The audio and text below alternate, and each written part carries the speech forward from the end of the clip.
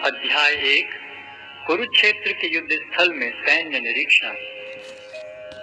धृतराष्ट्र ने कहा, हे संजय, धर्म भूमि कुरुक्षेत्र में युद्ध की इच्छा से एकत्र हुए मेरे तथा पांडु के पुत्रों ने क्या किया? संजय ने कहा, हे राजन, पांडु पुत्रों द्वारा सेना की व्यूह रचना देखकर राजा दुर्योधन अपने गुरु के पास गया और उसने ये शब्द कहे, हे आचार्य, पांडु पुत्रों की विशाल सेना को देखें, जिसे आपके बुद्धिमान शिष्य द्रुपद के पुत्र ने इतने कौशल से व्यवस्थित किया है। इस सेना में भीम तथा अर्जुन के समान युद्ध करने वाले अनेक वीर धनुर्धर हैं, यथा महारथी युयुधान, विराट तथा द्रुपद। इनके साथ ही धृष्टकेतु, सेकितान, काशीराज, पुरुजित, कुंतीभोज तथा शैब्य जैसे महान शक्तिशाली योद्धा भी हैं। पराक्रमी युधामन्यु, अत्यंत शक्तिशाली उत्तमौजा, सुभद्रा का पुत्र तथा द्रौपदी के पुत्र, ये सभी महारथी हैं। किंतु हे ब्राह्मण श्रेष्ठ, आपकी सूचना के लिए मैं अपनी सेना के उन नायकों के विषय में बताना चाहूंगा जो मेरी सेना को संचालित करने में विशेष रूप से निपुण हैं।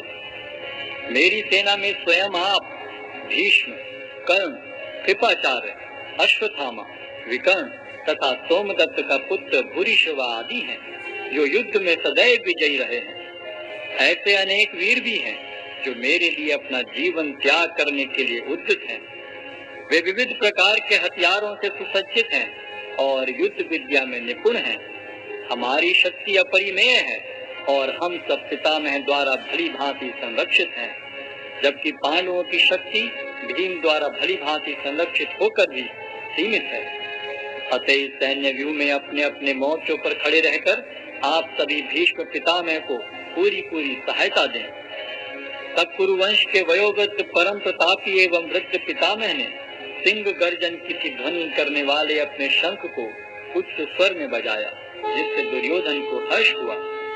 तत्पश्चात शंख, नगाड़े, बिगुल, तुरही तथा सिंह सहसा एक साथ बज उठे। वह समवेत स्वर अत्यंत कोलाहल पूर्ण था। दूसरी ओर से श्वेत घोड़ों द्वारा खींचे जाने वाले विशाल रथ पर आसीन कृष्ण तथा अर्जुन ने अपने अपने दिव्य शंख बजाए। भगवान कृष्ण ने अपना पांचजन्य शंख बजाया, अर्जुन ने देवदत्त शंख तथा अति भौजी एवं अति मानवीय कार्य करने वाले भीम ने पौंड्र नामक भयंकर शंख बजाया। हे राजन, कुंती पुत्र राजा युधिष्ठिर ने अपना अनंत विजय नामक शंख बजाया तथा नकुल और सहदेव ने सुघोष एवं मणि पुष्पक शंख बजाए।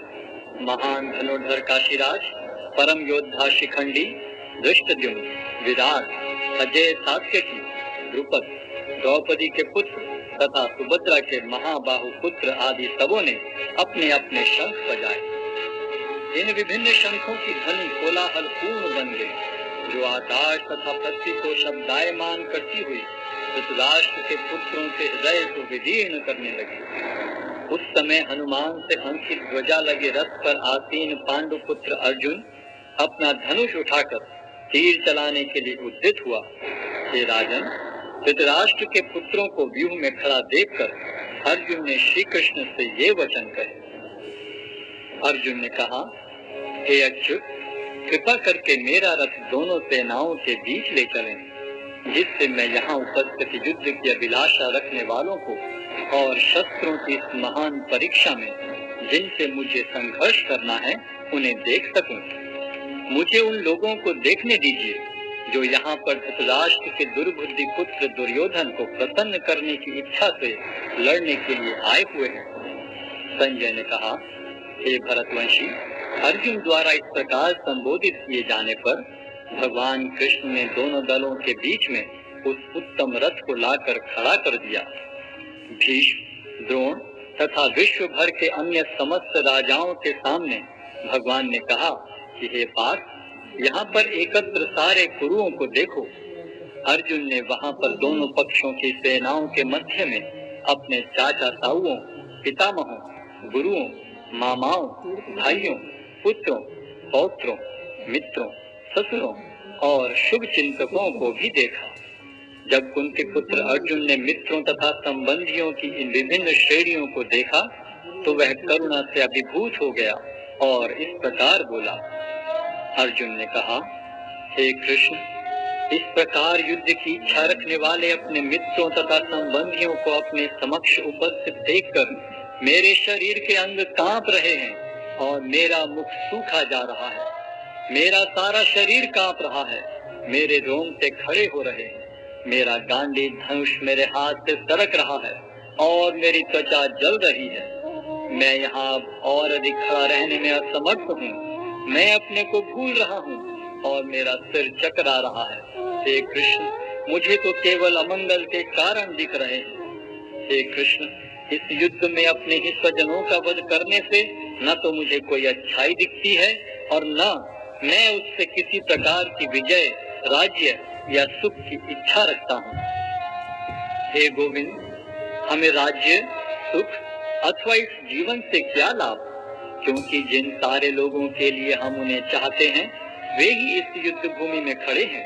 हे मधुसूदन, जब गुरुजन, पितृगण, पुत्रगण, पितामह, मामा, ससुर, पौत्रगण, साले तथा अन्य सारे संबंधी अपना अपना धन एवं प्राण देने के लिए तत्पर हैं और मेरे समक्ष खड़े हैं, तो फिर मैं इन सबको क्यों मारना चाहूंगा, भले ही वे मुझे क्यों न मार डालें। हे जीवों के पालक, मैं इन सबों से लड़ने को तैयार नहीं, भले ही बदले में मुझे लोग क्यों न मिलते हों। इस पृथ्वी की तो बात ही छोड़ दें। भला धृतराष्ट्र के पुत्रों को मारकर हमें कौन सी प्रसन्नता मिलेगी। यदि हम ऐसे आतताइयों का वध करते हैं तो हम पर पाप चढ़ेगा।